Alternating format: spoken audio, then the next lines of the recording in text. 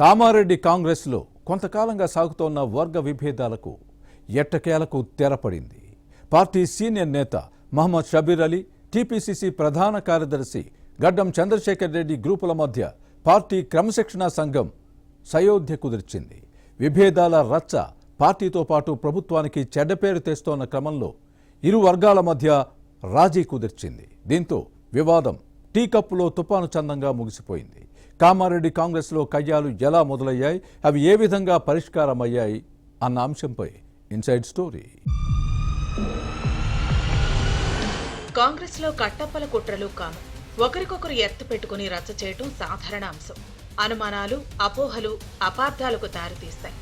తప్పు చేసి జైలుకు వెళ్లినా దీని వెనక ఎవరో ఉన్నారని అనుమానాలు పెంచుకుని కక్ష సాధింపులకు పాల్పడతారు. కామారెడ్డి కాంగ్రెస్లో ఇదే జరిగింది.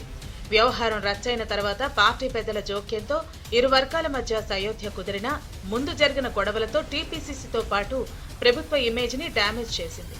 పార్టీ సీనియర్ ప్రభుత్వ సలహాదారు మహమ్మద్ షబీర్ అలీ, టీపీసీసీ ప్రధాన కార్యదర్శి గడ్డం చంద్రశేఖర్ రెడ్డి మధ్య జరిగిన ఎపిసోడ్లో అపోహలు, అవగాహన లోపం వంటి అంశాలు ఉన్నాయన్న ప్రచారం జరిగింది. తన రియల్ ఎస్టేట్ వెంచర్లో జిల్టన్ స్టిక్స్ తో పోలీసులకు దొరికిపోయిన చంద్రశేఖర్ రెడ్డి దీని వెనుక షబీర్ కుట్ర ఉందన్న ఉద్దేశంతో పగ, ప్రతీకార రాజకీయాలకు పాల్పడ్డారన్న ఆరోపణలు వచ్చాయి. దీంతో సమస్య చినికి చినికి గాలివాన చందంగా మారిందన్న వ్యాఖ్యలు వినిపించాయి. షబీర్ అలీకి కాంగ్రెస్ లో ప్రత్యేక స్థానం ఉంది. ఉమ్మడి ఆంధ్రప్రదేశ్లో మంత్రిగా పనిచేశారు. 40 ఏళ్ల కాంగ్రెస్ రాజకీయ జీవితంలో ఎప్పుడూ తలవంచలేదు. కానీ ఈ మధ్య వరుసగా ఫిర్యాదులు రావటం, పార్టీ అధిష్టానం నుంచి నోటీసులు జారీ అవటంతో సమాధానం ఇచ్చుకోవాల్సి వచ్చింది. ఈ పరిస్థితులు, ఇటీవల పరిణామాలకు గత అసెంబ్లీ ఎన్నికలప్పుడే బీజం పడింది. అసెంబ్లీ ఎన్నికల్లో షబీర్ అలీ కామారెడ్డి టికెట్ ఆశించారు. కానీ రేవంత్ రెడ్డి కోసం త్యాగం చేశారు. ఇక్కడ రేవంత్ రెడ్డి ఓడిపోయిన తర్వాత కామారెడ్డి కాంగ్రెస్ బాధ్యతలు ఎవరు చూస్తారన్న అంశం ప్రశ్నార్థకంగా మారింది. వాస్తవానికి నియోజకవర్గంలో పోటీ చేసిన వారే ఇన్ఛార్జీలుగా ఉంటారు. ఈ లెక్కన సీఎం రేవంత్ రెడ్డి కామారెడ్డి నియోజకవర్గ బాధ్యతలను చూడాలి, వ్యవహరించాలి. కానీ ముఖ్యమంత్రికి అది సాధ్యం కాదు. షబీర్ అలీ ఇక్కడ వ్యవహారాలు చూసుకుంటున్నారు.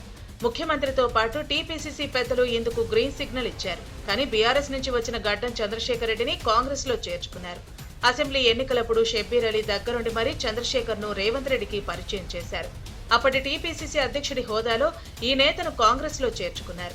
అనంతరం ఎన్నికల్లో బాధ్యతలు అప్పగించి పని చేయించుకున్నారు. అలా రేవంత్ రెడ్డి వర్గానికి దగ్గరైన గడ్డం చంద్రశేఖర్ రెడ్డి మున్సిపల్ చైర్పర్సన్ పై అవిశ్వాసం పెట్టి తన భార్య ఇందుప్రియను ఆ కుర్చీలో కూర్చోబెట్టడంలో సక్సెస్ అయ్యారు. ఈ ఎపిసోడ్లోనూ షబీర్ పూర్తి స్థాయిలో సహకరించారు. అప్పటి వరకు షబీర్ మద్దతుతోనే కాంగ్రెస్ లో చురుగ్గా పనిచేస్తున్నారు. ఆ తర్వాత నుంచి చంద్రశేఖర్ రెడ్డి వైఖరిలో మార్పు వచ్చింది. తిన్నేటి వాసాలు లెక్కపెట్టినట్లు షబీర్ అలీని బేఖాతరు చేయటం మొదలు పెట్టారు. ప్రభుత్వ సలహాదారుకు వ్యతిరేకంగా సొంత కుంపటి పెట్టారు. షబీర్ ప్రమేయం లేకుండానే పార్టీ పనులు చేయసాగారు. ఈ క్రమంలోనే షబీర్ కు కనీస సమాచారం లేకుండా చంద్రశేఖర్ కు టీపీసీసీ ప్రధాన కార్యదర్శి పోస్టు ఇచ్చారు. ఇది టీపీసీసీ అధ్యక్షుడు మహేష్ కుమార్ గౌడ్ మెడకు చుట్టుకుంది. అయితే చంద్రశేఖర్ ను రాష్ట్ర కమిటీలోకి తీసుకోవడంలో తన ప్రమేయం లేదని రేవంత్ రెడ్డి చెబితేనే తీసుకున్నానని మహేష్ క్లారిటీ ఇచ్చారు. దీంతో మొదటి నుంచి చంద్రశేఖర్ ను ప్రోత్సహిస్తూ సలహాలు, సూచనలు చేస్తూ సహకారాలు అందిస్తోంది ఎవరో పార్టీ వర్గాలకు తెలిసిపోయింది. ఇక ప్రస్తుత ఎపిసోడ్ కు బీజం ఎక్కడ పడిందనేది అందరిలో ఉత్కంఠ రేపుతోంది. పార్టీ సీనియర్ లీడర్ షబీర్ అలీని టీపీసీసీ ప్రధాన కార్యదర్శి గడ్డం చంద్రశేఖర్ రెడ్డి విభేదించడంతో ఇరు వర్గాలు కారాలు మిరియాలు నూరుతున్నారు. రియల్ ఎస్టేట్ వ్యాపారం చేసిన చంద్రశేఖర్ రెడ్డి తన సొంత వెంచర్లో జిల్టన్ స్టిక్స్ నిల్వ చేసిన కేసులో అరెస్టై జైలుకు వెళ్లారు. దీని వెనుక షబీర్ అలీ ఉన్నారని కామారెడ్డిలో ప్రచారం జరిగింది. జైలు జీవితం అనుభవించిన చంద్రశేఖర్ రెడ్డి షబీర్ అలీ కుట్ర పన్ని తనను జైలుకు పంపించారని అప్పట్లో కాంగ్రెస్ పెద్దలకు సైతం ఫిర్యాదు చేశారు. పెద్దగా సీరియస్ గా తీసుకొని రాష్ట్ర నాయకత్వం ఈ విషయాన్ని తొక్కిపెట్టింది.